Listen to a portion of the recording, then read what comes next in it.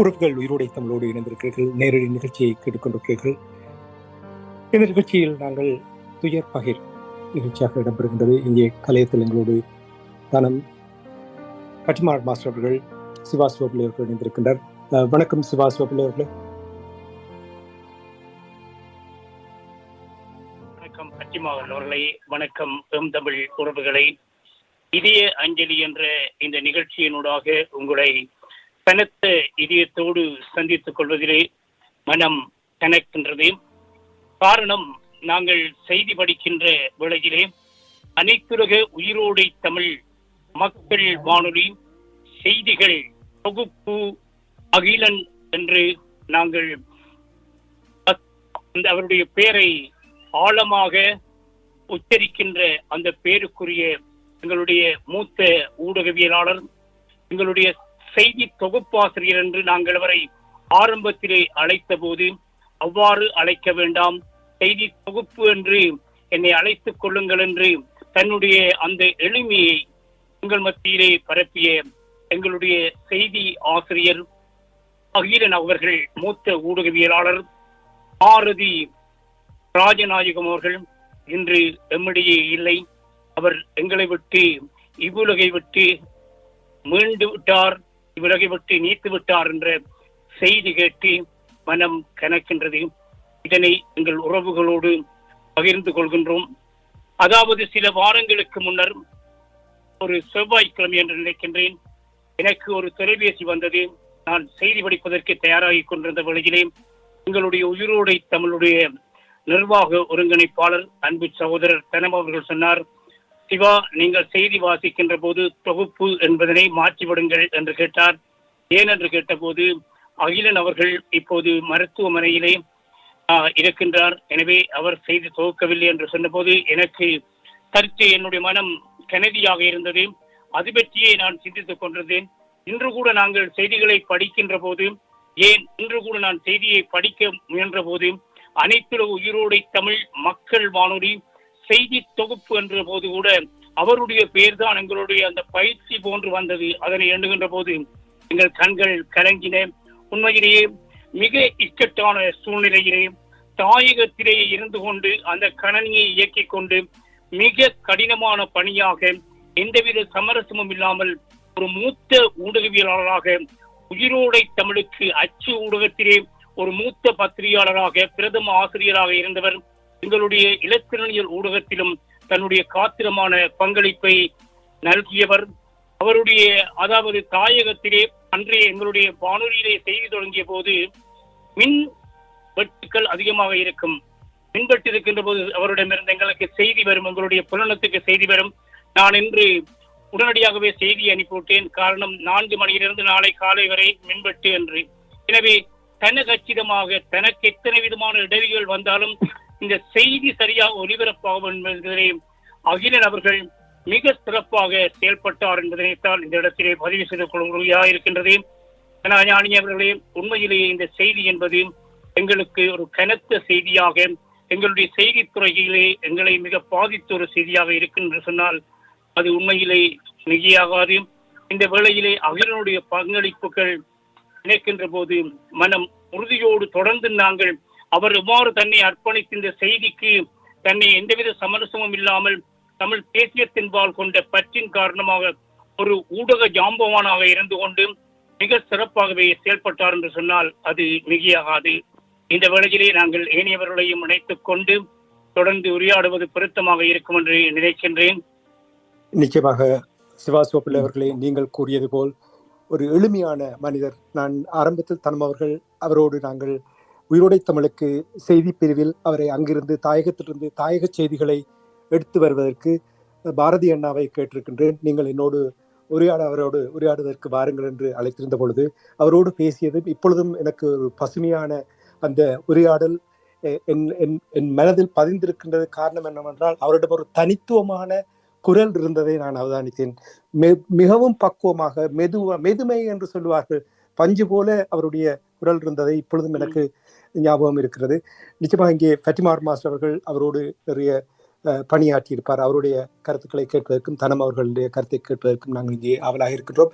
ஃபட்டிமார் master அவர்கள் அழைத்துக் கொள்வோம். தமிழறிஞர் மூத்த ஆய்வாளர் ஃபட்டிமார் மாஸ்டர் அவர்களே, நிச்சயமாக நீங்கள் பாரதி அவர்களுடன் உயிரோடை தமிழ் நேயர்களுக்கு அகிலன் என்பதுதான் அவருடைய பெயர் இங்கே தெரியும். அகிலன் என்று பத்திரிகைகளிலும் அவர் எழுதியிருக்கின்றார். அதற்கு ஒரு காரணம் இருக்கின்றது. அதை நாங்கள் இன்னும் சில நிமிடங்களில் அது தொடர்பாக கூறலாம். மாஸ்டர், நீங்கள் கூறுங்கள், எவ்வாறு உங்களுடைய ஈடுபாடு அவரோடு எவ்வாறு இருந்தது என்பதை கூறுங்கள். உயிரோடை தமிழ் உறவுகளுக்கு வணக்கம். இன்று காலை கிட்டத்தட்ட மதியம் 12 மணியளவில் அந்த நெஞ்சத்தை ஒரு கணம் நிறுத்தக்கூடிய அளவுக்கான செய்தியாக எங்களுடைய மதிப்புக்குரிய பத்திரிகையாளர் ராஜநாயகம் பாரதி அவர்கள் காலமானார் என்ற செய்தியை அங்கிருந்து இயக்கினுடைய இன்னொரு ஊடகவியலாளராக பணியாற்றி கொண்டிருப்பவர் அலைபேசி மூலம் தெரிவித்தார். ஒரு நிமிடம் ஏத்து நின்று விட்டேன். ஏன்னு சொன்னால், இப்பொழுது ஒரு 3 கிழமைக்கு முன்னர் ஒரு திங்கட்கிழமை கடைசியாக இலக்கினுடைய சந்திப்புக்கு வந்து எங்களுடன் தாயகத்தை பற்றிய பல கனவுகளை எவ்விதமாக நடைமுறைப்படுத்தலாம் என்பது பற்றி அவருடைய அனுபவ அறிவை பகிர்ந்து சென்றிருந்தார். உள்ளத்தால் பொய்யாத ஒழுகின் உலகத்தார் உள்ளத்து எல்லாம்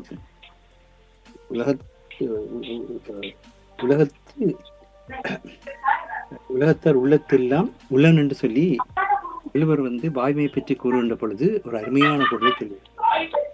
உள்ளத்தால் பொய்யாத ஒழுகின், அதாவது நெஞ்சில் பொய்யாது ஒழுகிற வாழ்பவருடைய நினைவு உலகத்திலே இருக்க எல்லோருடைய உள்ளத்திலும் என்றும் வாழ்ந்து கொண்டிருக்கும் என்ற கருத்தை தான் அவர் வாய்மையை பற்றி சொல்லியிருக்க போகிறார்.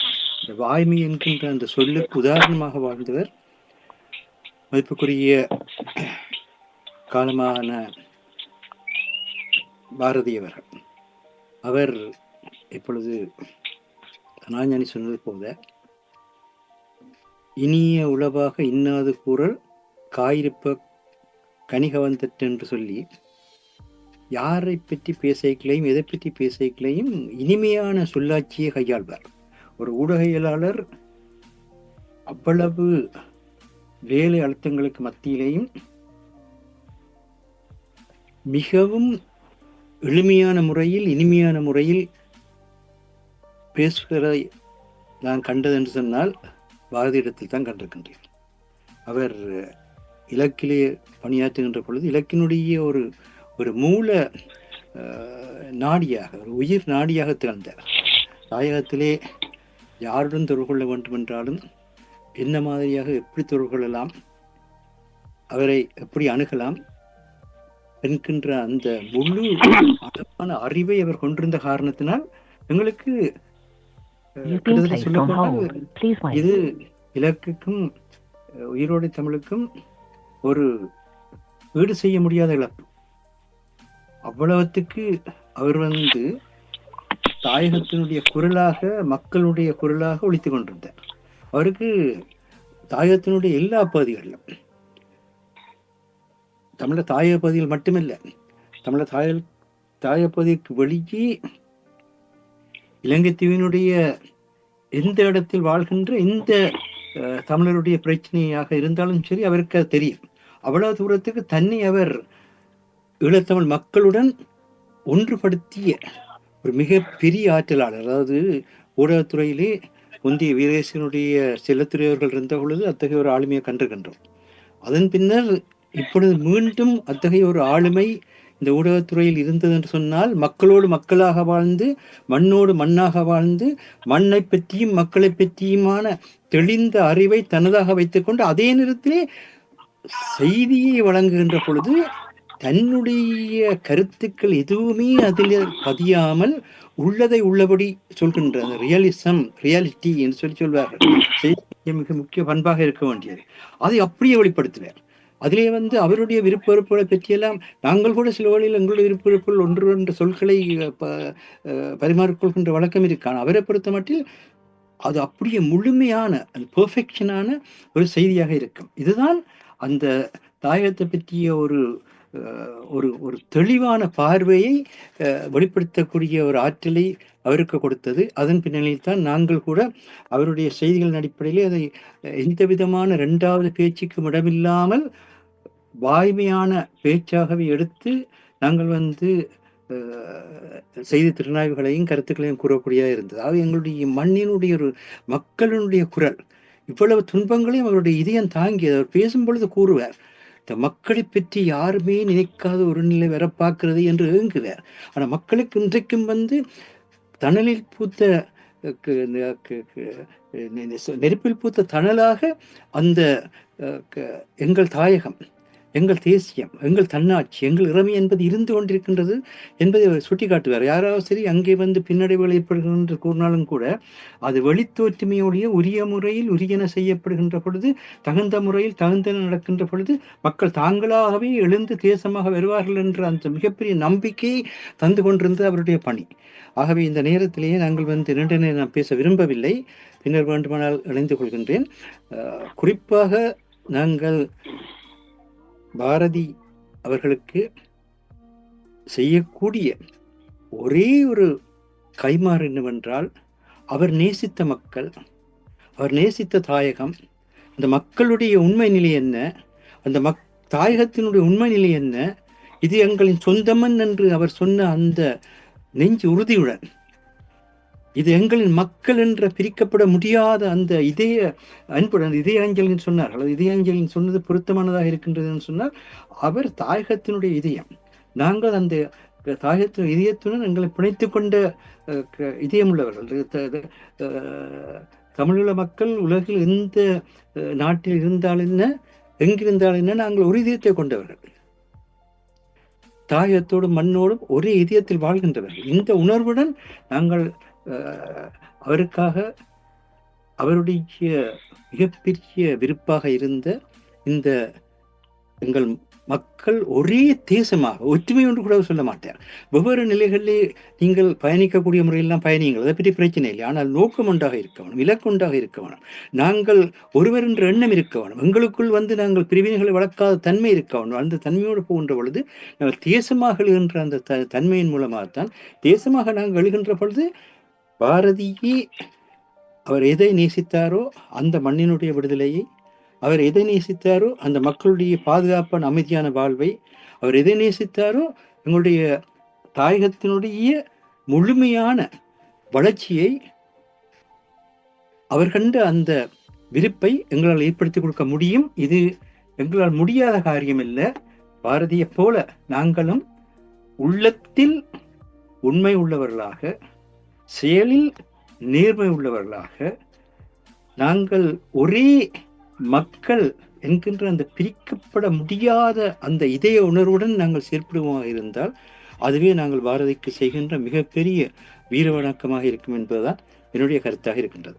நன்றி மாஸ்டர் சிவாசிவ பிள்ளை.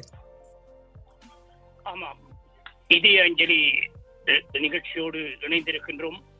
அதாவது பாரதி என்று அழைக்கப்படுகின்ற இயற்பெயரை கொண்ட எங்களுடைய அகிலன் என்ற மூத்த ஊடகவியலாளரை நாங்கள் நினைவு கூர்ந்து கொண்டிருக்கின்ற வேளையிலே, இவரிடம் இருக்கின்ற இன்னும் ஒரு சிறப்பான பண்பு என்னவென்றால், இவர் தன்னுடைய அந்த மூத்த ஊடகவியலாளர் மீது அளவு கடந்த மரியாதையும் மதிப்பும் உரியவராக இருக்கின்றார். அதே வேளையிலே இளம் ஊடகவியலாளர்களை தட்டி கொடுத்து அவர்களையும் எங்கள் தேசத்தின் பால் ஈர்ப்பு கொள்வதிலே தன்னை மிஞ்சியவராக இருக்கின்றார் என்று சொன்னால் அது மிகையாகாது. ஏனென்று சொன்னால், எங்களுடைய தேசம் மௌனித்து மனச்சோர்வுகளுக்கு மத்தியில் இருந்த போது கூட உறுதியோடு இருந்து எங்கள் தாயகத்திலே பயணித்தவர். தினமும் எங்களுக்கு செய்தி தருவதோடு மட்டுமில்லாமல் தாயக வனம் என்ற நிகழ்ச்சி அது சரியான ஒலித்தெளிவில்லாமல் இருக்கும். ஏனென்றால் அதிலே பங்கெடுக்கின்றவர் ஒரு புறத்திலும் இவர் இன்னொரு புறமாக இருந்து உரையாடுகின்ற வேளையிலும் அந்த கருத்துக்கள் புலம்பெயர் தேசத்திலே எங்களுடைய மக்களுக்கு செல்ல வேண்டும் என்பதற்காக ஓயாது உழைத்துக் கொண்ட அகிலன் அவர்கள், மூத்த ஊடகவியலாளர் அகிலன் என்று எங்கள் மத்தியில் இல்லை என்பதை நம்ப முடியாமல் இருக்கின்ற வேளையிலே அவருடைய அந்த ஊடக பணியை எடுத்துச் செல்வதே அவருக்கு நாங்கள் செய்கின்ற அஞ்சலியாக ஏற்றுக்கொண்டு தொடர்ந்து அடுத்து அனைத்து உயிரோடை தமிழனுடைய அரசியல் ஆய்வாளர் அருஷ் அவர்கள் இதய அஞ்சலியில் தன்னுடைய இதய குமரல்களை வெளிப்படுத்துகிறார். வணக்கம் அருஷ் அவர்களே. வணக்கம். எல்லோருக்கும் வணக்கம். அனைத்துலக உயிரோடை தமிழ் வானொலி நேயர்களுக்கு அன்பு கலந்த வணக்கம்.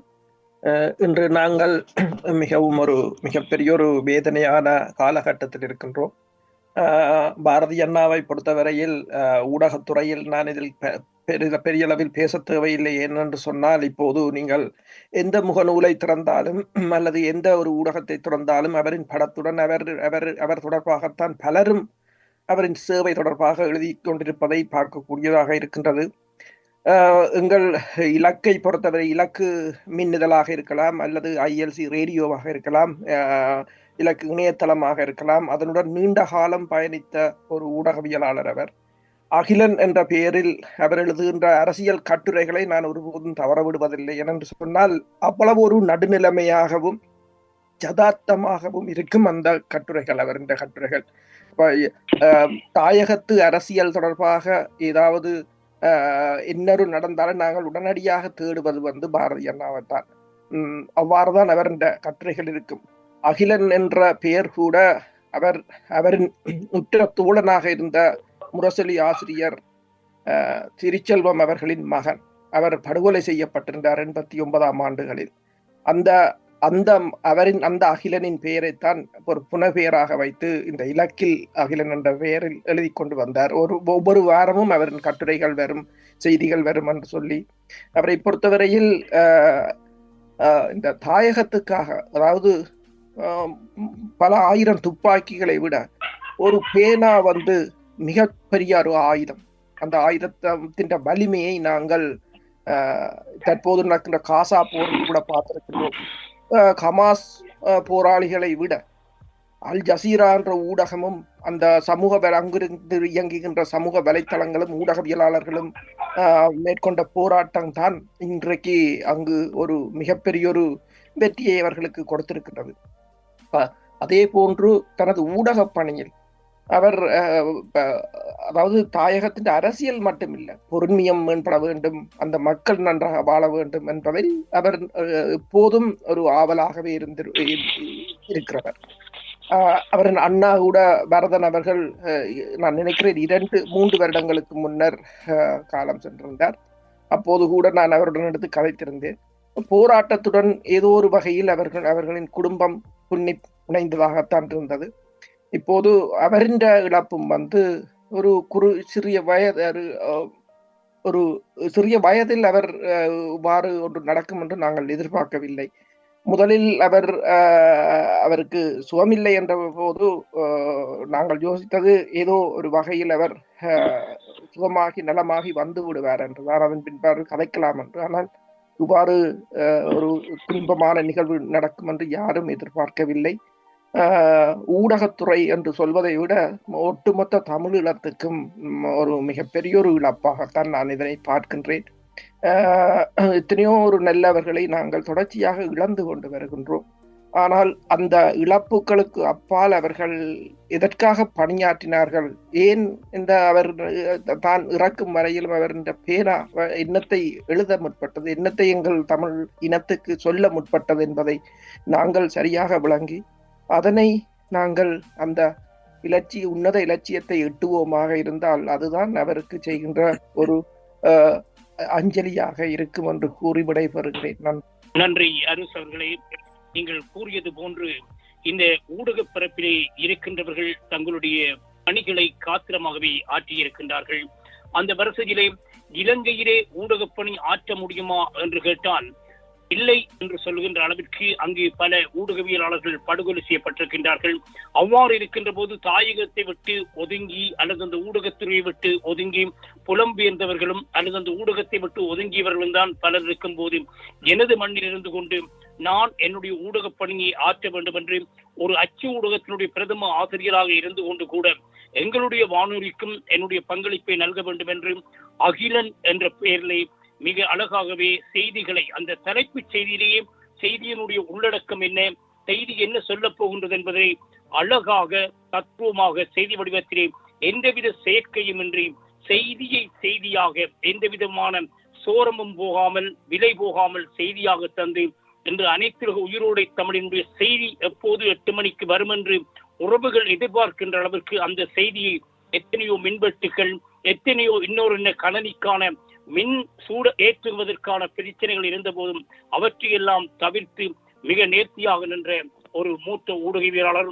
இன்று எங்கள் மத்தியில் இல்லை என்பதை எண்ணுகின்ற போது உயிரோடை குடும்பத்தில் இருந்து ஒருவரை இழந்து விட்டோம் என்பதை எண்ணுகின்ற போது மனம் கனக்கின்றது.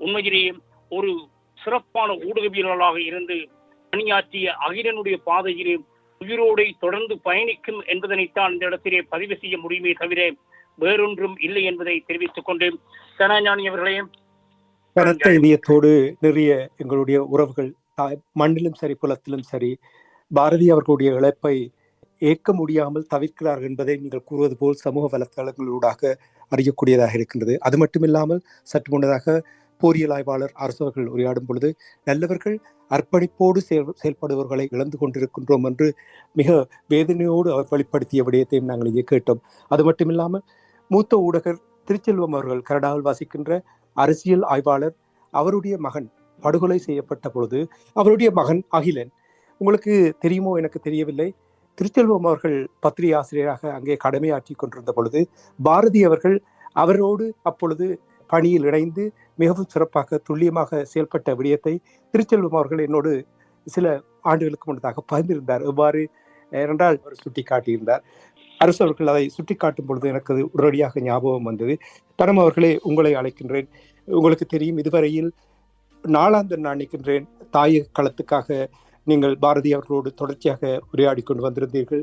அது மட்டுமில்லாமல் செய்திகள் தொடர்பாக நீங்கள் ஆரம்பத்திலேயே நாங்கள் உயிரோடை தமிழில் 8 மணி பிரதான செய்திகளை நாங்கள் கொண்டு வர வேண்டும் என்பதை நீங்கள் அவரோடு எத்தனையோ தடவைகள் பேசி ஒரு முடிவுக்கு வந்து அதை சரியாக பலப்படுத்தி நெறிப்படுத்தி அதை தந்ததை நீங்கள் நிச்சயமாக நினைவு கூறுவீர்கள் என்று நம்புகிறேன். நீங்கள் கூறுங்கள் பாரதியினுடைய இழப்பு தொடர்பாக.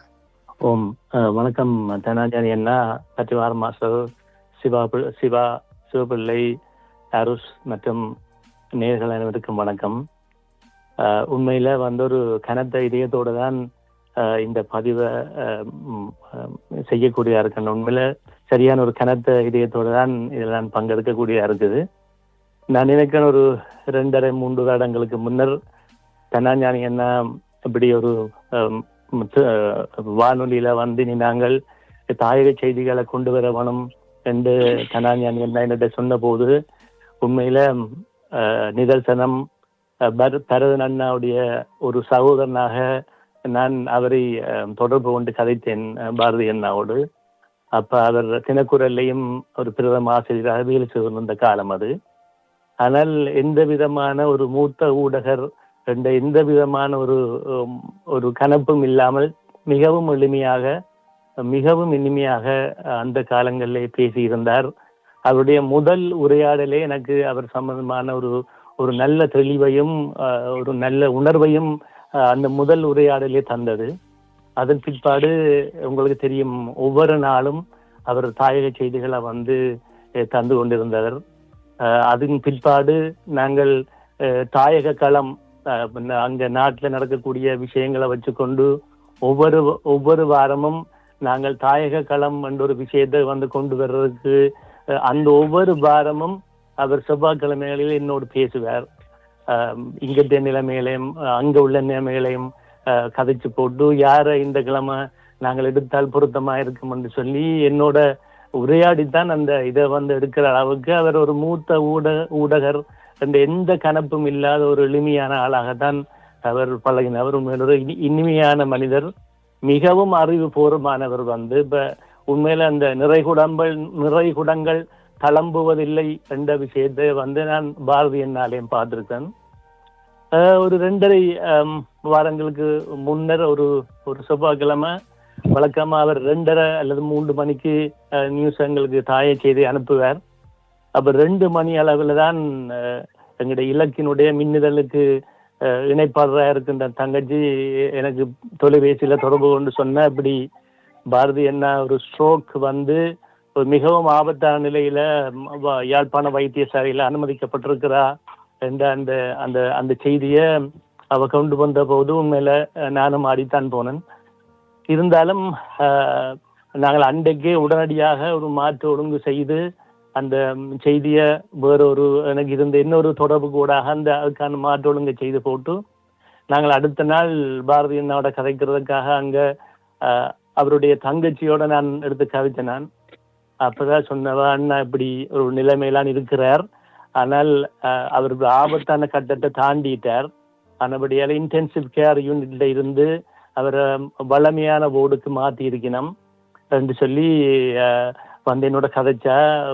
இப்ப வந்து பயப்படுறதுக்கு ஒன்றும் இல்லை, அவர் ஒரு கொஞ்சம் டைம் எடுத்து அவர் குணமாகி வருவார் என்று சொல்லி சொன்னவன். நான் இந்த 2-2.5 வாரத்திலையும் நான் ஒரு 3-4 தரம் நான் அவையில தங்கச்சியோட நான் பேசி இருக்கிறேன்.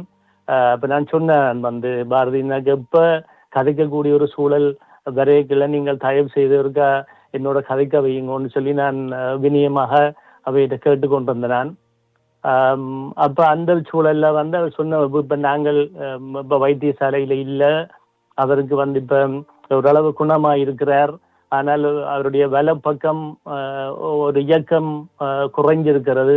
அப்ப அதை திருப்பி பழையபடி அதை திருப்பி இயக்கத்துக்கு கொண்டு வர்றதுக்கான அந்த பிசியோதெரப்பி பயிற்சிகள் அதுகள் இப்ப வந்து கொடுத்து கொண்டிருக்கிறோம் என்று சொல்லி அவர் தேறி வருவார் என்று நினைச்சு கொண்டிருந்த சூழல்ல தான் இன்றைய காலையில வந்து திருப்பியும் அந்த இலக்கினுடைய மின்னிதழ் இணைப்பு அந்த செய்கிற தங்கச்சி எடுத்து இப்படி பாரதி அண்ணா காலமாயிட்டார் அந்த செய்தியை வந்து சொன்ன போது கூட நாங்கள் இன்றைக்கு உண்மையில ஒரு சந்திப்பில் இருந்த, நாங்கள் வானொலி தொடர்பான ஒரு சந்திப்பில் இருக்கின்ற போதுதான் அந்த செய்தி தரப்பட்டது.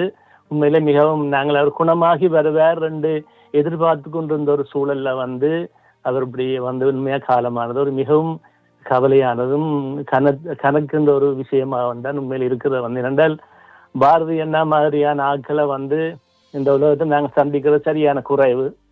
மிகவும் ஆழமானவர். நீங்க மாசுவோ இங்க யாரும் அரசோ அல்லது சிவாவோ தனாஞானி என்ன சொன்ன மாதிரி வந்து அவர் கதை மிகவும் ஆழமான ஒரு மனசிலிருந்து இருந்து ஒரு மிகவும் எளிமையாகவும் இனிமையாகவும் தான் அவர் பேசுவார், யாரையும் காயப்படுத்தி கதைக்க மாட்டார். அப்ப அப்படியான ஒரு ஆட்களை வந்து நாங்கள் உண்மையா காண்றது உண்மையா கஷ்டம். இருந்தாலும் இழப்புகள் என்பது எங்கட சமூகத்தை எங்கட பொறுத்த வரைக்கும் இந்த இழப்புகள் தொடர்ச்சியாகவே இருந்து கொண்டிருக்கிறது. அவருடைய குடும்பத்தாருக்கும் மேலாருக்கும் இந்த நேரத்துல வந்து அதே நேரத்துல வந்து உண்மையில ஒரு இன்னொரு எழுத்தாளர் சாவித்திரி அத்துவிதானந்தன் அவருடைய அண்ணாவினுடைய மகனும் தான் பாரதி அண்ணா என்றதும் உண்மையில வந்து எங்களுக்கும் அவரும் ஒரு மிகவும் ஆற்றல் உள்ள ஒரு எழுத்தாளர். அப்ப அவை இந்த ஒரு அண்ணாவோட மகனும் தான் பாரதி அண்ணான்றதை நாங்கள் இந்த இடத்துல சொல்லிக் கொள்றோம். என்னன்னு சொன்னால் உண்மையில தாயகம் தொடர்பான பணிகள்ல வந்து அவர் குடும்பமாகவே வந்து நிறைய செய்திருக்கணும். அப்ப இதுல எல்லாம் வந்து நாங்கள் செய்ய வேண்டிய ஒரு விஷயம் வந்து இந்த ஊடக பணி. இப்ப நாங்களும் அந்த 2009க்கு பிறகு ஒரு கருத்தியல் தெளிவை கொடுக்கறதுக்காகத்தான் இந்த ஊடக விஷயத்தை வந்து இந்த வர்த்த கஷ்டங்கள் எல்லாத்தையும் கடந்து இதை நாங்கள் செய்து கொண்டிருக்கிற அந்த பணியில பாரதி அண்ணா வந்து எங்களோட இணைஞ்சு அவர் செய்ததை வந்து நாங்கள் நன்றியோட நினைவு கொள்றது மட்டுமில்லை, இந்த ஊடக பணி என்றதை வந்து நாங்கள் ஒரு தூய்மையான ஒரு பணியை நாங்கள் தொடர்ச்சியாக செய்கிறதும் நாங்கள் அவருக்கு செய்கிற ஒரு உண்மையான அஞ்சலியாகவும் நெஞ்சொலியாகவும் இருக்கும் என்றதை நான் இதில் பதிவு செய்ய விரும்புகிறேன். நன்றி. நன்றி தனம் அவர்களே. சிவாசிவபிள்ளை அவர்களே. உறவுகளை அனைத்து உயிரோடு தமிழ் மக்கள் வானொலி செய்திகள் தொகுப்பு அகிலன் என்ற அந்த வரிகளை நாங்கள் வாரத்திலே குறைந்தது 3 தடவைக்கு மேலாவது உச்சரிப்போம். அதுவே எங்களுக்கு ஒரு பாடமாக, நாங்கள் வாகனங்களில் சென்றால் என்ன, எந்த இடத்துக்கு சென்றால் என்ன, அதனையே நாங்கள் ஒரு பாடமாக அல்லது அதை ஒரு முகப்பாக வைத்து அடிக்கடி உரைத்து அந்த நாமம் என்று எங்களை விட்டு உடல் ரீதியாக பிரிந்து விட்டதே தவிர அவர் ஆத்மார்த்தமாக எங்களோடு வாழப்போறார். எங்களுடைய உயிரோடையில் கலந்த அந்த எங்களுடைய மூத்த மரியாதைக்குரிய பாரதி என்ற ஊடக ஜாம்பவான் என்றும் எங்கள் மத்தியில் வாழ்ந்து கொண்டு இருப்பார். அவர் அந்த மின்சார வெட்டுக்கள் இடம்பெறுகின்ற போது இன்னொருவர் என்றால் மிக இலகுவாக ஒரு சிறிய ஒரு குறிப்பை கொடுத்து விடுவார். அதாவது இங்கு மின்சார தடை என்று செய்தி வழங்க முடியாது என்று. ஆனால் அவர் தருகின்ற விளக்கம் சற்று மாறுதலாக இருக்கும். மின்சாரம் வெட்டப் போகின்றார்கள், மின்வெட்டு நடைபெறப் போகின்றது, எனவே செய்தியை முன்னரே அனுப்பிவிட்டேன், அல்லது மின்வெட்டு பிறகு நடைபெறப் போகின்றது எனவே என்று தன்னுடைய கடமை உணர்விலே அந்த ஊடகத்துக்கே உரிய பக்தியோடு, அதாவது கடமைக்கு செய்யாமல் கடமையாக தன்னுடைய வாழ்க்கையிலே ஒரு நெறியாக தான் எதை நேசித்தாரோ, எந்த ஊடக பணியை உளமாக நேசித்தாரோ, எந்த மக்களை உளமாக நேசித்தாரோ அந்த மக்களுக்காக இறுதி வரை தன்னுடைய உடலிலே உடல் உபாதை ஏற்பட்ட போது கூட வைத்தியசாலைக்கு செல்லும் வரை அந்த திங்கட்கிழமை வரை செய்தியை மிக நேர்த்தியாக தந்தவர். வியாழக்கிழமை தோறும் செய்தி நிறைவு பெற்றதும் தாயிகள் கழகத்திலே என்னென்ன விடயங்களை பதிவு செய்ய முடியும், என்னென்ன விடயங்கள் பதிவு செய்யப்பட வேண்டும் என்பதனை நேர்த்தியாக எங்களுக்கு வழங்கியவர். எங்களுடைய உயிரோடை தமிழ் வானொலியின் சார்பாக அவர்களது குடும்பத்தாருக்கு எங்களுடைய இரங்கலை தெரிவித்துக் கொள்வதோடு, தோன்றி புகழோடு தோன்றுக அகுதில தோன்றி தோன்றாமை நன்று என்ற வள்ளுவனின் வாக்குக்கு இணங்க தான் நேசித்த தேசத்திற்காக, தன்னுடைய தாய் தேசத்திற்காக, தாயகம் தேசியம் தன்னாட்சி என்ற அந்த மந்திரத்தை நேசித்து இன்று மீளா துயில் கொள்ளும் எங்களுடைய மூத்த ஊடகவியலாளர் எங்கள் உயிரோடு தமிழிலே என்றும் சங்கமித்துக் கொண்டிருப்பார். அவருக்கு நாங்கள் செய்கின்ற அஞ்சலியாக அவர் எவ்வாறு செய்தியை தொகுத்து வழங்கினாரோ அந்த செய்தி நிச்சயமாக தொடர்ந்து ஒலித்துக் கொண்டிருக்க வேண்டும், மக்களுக்கு ஒரு சிறந்த செய்தியாக அது விளங்க வேண்டும் என்பதே அவருக்கு செய்கின்ற நன்றி கடனாக உயிரோடை தமிழனுடைய இதய அஞ்சலி என்ற இந்த நிகழ்ச்சியிலே பதிவு செய்து கொண்டு அவருடைய ஆத்மா சாந்தி பெற வேண்டும் என்று இயற்கையை பிரார்த்தித்துக் கொண்டு தனாஞானி அவர்களே நிகழ்ச்சியை தற்போது நிறைவு செய்து கொள்ளலாம் என்று எண்ணுகின்றேன். நிறைவு செய்வதற்கு முன்னதாக அவர்களே இங்கே தாமஸ் இணைந்திருக்கின்றார். அவரை உள்வாங்கிக் கொண்டு நாங்கள் நிறைவாக ஃபட்டிமா மாஸ்டர் அவர்களையும் சந்தித்துக் கொண்டு நிகழ்ச்சியை நிறைவு கொண்டு வரலாம் என்று நம்புகிறேன். தாமஸ் வணக்கம். வணக்கம் ஐயா இருவருக்கும். பாரதி அண்ணாவுக்கு எனது கண்ணீர் அஞ்சலியை எனது குடும்பம் சார்பாகவும் என் சார்பாகவும் தெரிவித்துக் கொள்கிறேன் ஐயா. பாரதி அண்ணா எங்களோட விடுதலை போராட்டத்துக்கு ஒரு நல்ல பலமா இருந்த ஒரு உறவு. எல்லோரும் எங்களை விட்டு போய் கொண்டு இருக்கிறார்கள் ஐயா. அதுதான் மனதுக்கு ரொம்ப கஷ்டமா இருக்கிறது ஐயா. நன்றி, வணக்கம் ஐயா. நன்றி, வணக்கம் தாமஸ் அவர்களே. சற்று முன்னதாக அரசு அவர்கள் பேசும் பொழுது திருச்செல்வம் அவர்களுடைய மூத்த ஊடகர், திருச்செல்வம் அவர்களுடைய அரசியல் ஆய்வாளர், திருச்செல்வம் அவர்களுடைய மகன் அகிலன் அவர்களுடைய படுகொலை தொடர்பாக கூறும் பொழுது அவர் என்னோடு உரையாடும் பொழுது கூறியிருந்தார், பாரதி அவர்கள் அப்பொழுது இளம் பத்திரிகையாளராக விறுவிறுப்பாக சுறுசுறுப்பாக அந்த நெருக்குவாரங்கள் இருந்த நேரத்தில் பணியாற்றிய விடயங்கள் கூட திருச்செல்வம் அவர்கள் என்னோடு பகிர்ந்திருந்தார். இப்பொழுது நீங்கள் எல்லோரும் இங்கே கூறும் பொழுது அது மீண்டும் மீண்டும் என்னை தட்டி கொண்டிருக்கின்றது என்பதை கூறிக்கொண்டு ஃபட்டிமா மாஸ்டர் அவர்களை நாங்கள் நிகழ்ச்சி என்று கொண்டு வருவதற்கு முன்னதாக நீங்கள் நிறைவாக. இதயம் வெளிக்கின்ற ஒரு நேரத்திலே ஒன்று மட்டும் தெளிவாக தெரிகின்றது. இந்த தேசிய விடுதலை போராட்டத்தினுடைய தன்மை ஒரு சொல்லில்தான் இருக்கின்றது, உறுதியின் உறைவிடம். உறுதியின் உறைவிடம் என்பதுதான் எங்கள் மண்ணினுடையவும் எங்கள் மக்களுடையவும் தாரக மந்திரமாக இருப்பது. நாங்கள் எந்த விடயத்திலும் பின்னடைவு என்பதையோ தோல்வி என்பதையோ சந்தித்த மனிதர்கள் அல்ல. எதுவாக இருந்தாலும், எப்படிப்பட்டதாக இருந்தாலும், எது உண்மையோ எது நீதியோ எது நன்மையானதோ அது மண்ணுக்கும் மக்களுக்குமாக மாற்றப்பட வேண்டும் என்பதில் உறுதியாக இருக்கின்ற இதயம் கொண்டவர்கள் தான் தமிழீழ மக்கள். அந்த உறுதியின் உறைவிடத்தினுடைய வடிவங்கள் தான் மாவீரர்கள்.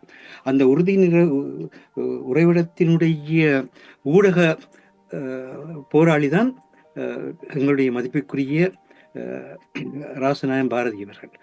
அவருடைய அண்ணன் கூட விதமான ஒரு ஊடக போராளியாக இருந்தார் என்பது எல்லோருக்கும் தெரியும். அவ்விதமாக இருக்கின்ற பொழுது இந்த எங்கள் மண்ணினுடைய ஒவ்வொருவரும் தேசிய தலைவருடைய அந்த உறுதியை நெஞ்சிலே தாங்கியவர்கள். இறுதி இறுதி உறுதி உறுதி உறுதி உறுதிக்கோர் உடைவுண்டாயின் இறுதி இறுதி இறுதி என்று சொல்லி பாரதியின் குயில் கூவியதே அது இலக்கியத்தில் கூவியது. ஆனால் அந்த உறுதியை எங்கள் வாழ்வாக கொண்டவர்கள் ஈழத்தமிழ் மக்கள். அது தாயகத்தில் இருந்தாலும் சரி, உலகின் எந்த மூலையில் வாழ்ந்தாலும் சரி, எங்கள் எல்லோருடைய நெஞ்சத்திலும் அந்த உறுதி என்பது இருக்கின்றது. அந்த உறுதி என்பது செயலாக மாற வேண்டும். அன்புக்கு உண்டு அடைக்கின்றால் ஆர்வலர் புங்கனீர் பூசல் தரும் என்று சொல்லி, அன்பு என்பது மற்றவருடைய துன்பத்தை கண்டு நாங்கள் அந்த துன்பத்தை துடைப்பதற்காக செயற்படுகின்ற வெளிப்பாட்டு நிலைதான் அன்பு.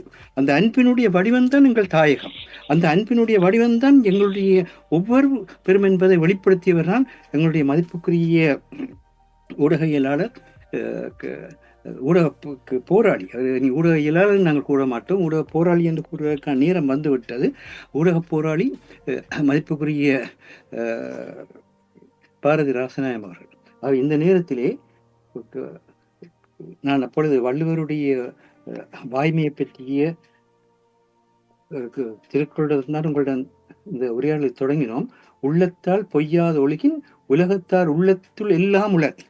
எப்பொழுது ஒருவர் உள்ளத்தில் பொய்யாது இருக்கின்றாரோ அவர் அத்தனை உலகத்தில் இருப்பவர்களிடமும் அவர்களுடைய உள்ளத்தில் வாழ்வார் என்பது பாரதியினுடைய வாழ்வாக இருக்கின்றது. அதே நேரத்திலே மனத்தொடு வாய்மை மொழி தவத்தொடு தானம் செய்வாறு தலை. அதாவது மனதிலே வாய்மையோடு உண்மையோடு நேர்மையோடு வாழ்பவர்களுடைய வாழ்க்கை தவம் செய்வதை விட மிக பெரிய வலிமையானது, மிக சக்தியானது என்கின்ற அந்த பாரதி வள்ளுவருடைய கூற்றுக்கு மதிப்புக்குரிய ஊடக போராளி, எங்களுடைய எனக்கு ஒரு தம்பி என்றுதான் அவரோட மூத்தவர்.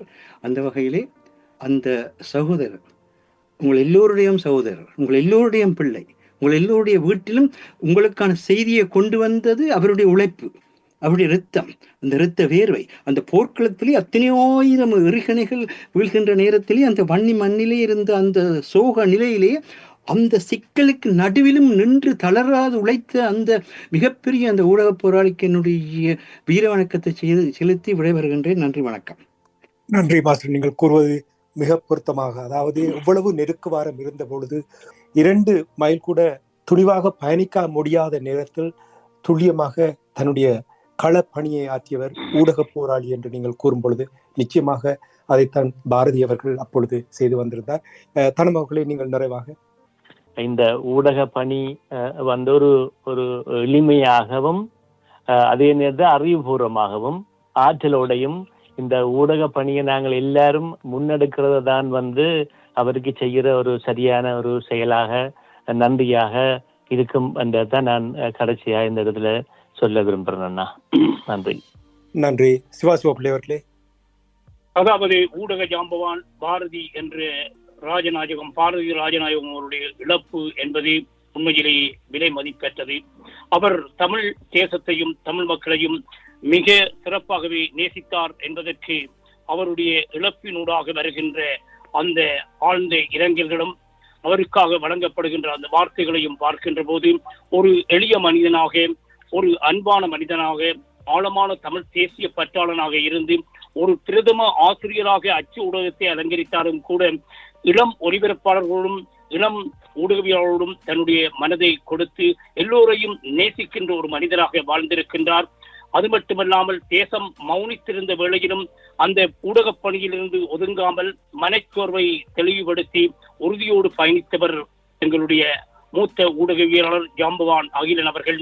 எங்களுக்கு கூட அவ்வப்பொழுது மனச்சோர்வு வருகின்ற போது அகிலன் என்ற பெயரை உச்சரிக்கின்ற போது எங்களை அறியாமலே எங்களுக்குள் ஒரு விசையாக, ஒரு வீச்சாக நாங்கள் தொடர்கின்ற ஊடக பணியிலே எங்களுக்கு முன்னின்று எங்களை நகர்த்துகின்ற ஒரு விசையாக மூத்த ஊடகவியலாளர் அகிலன் எங்களுடைய செய்தி தொகுப்பாசிரியர் இருப்பார் என்பதை பதிவு செய்து கொண்டு, அவர் எந்த ஊடகத்தை நேசித்தாரோ, எந்த ஊடக பணியை நேசித்தாரோ அவருடைய வழியிலே அந்த ஊடக பணியில் நாங்களும் இருப்போம் என்பதனை உறுதி செய்து கொண்டு இந்த இதய அஞ்சலியை அவருக்கு இதயபூர்வமாக தெரிவித்துக் கொண்டு நிறைவு செய்கின்றோம்.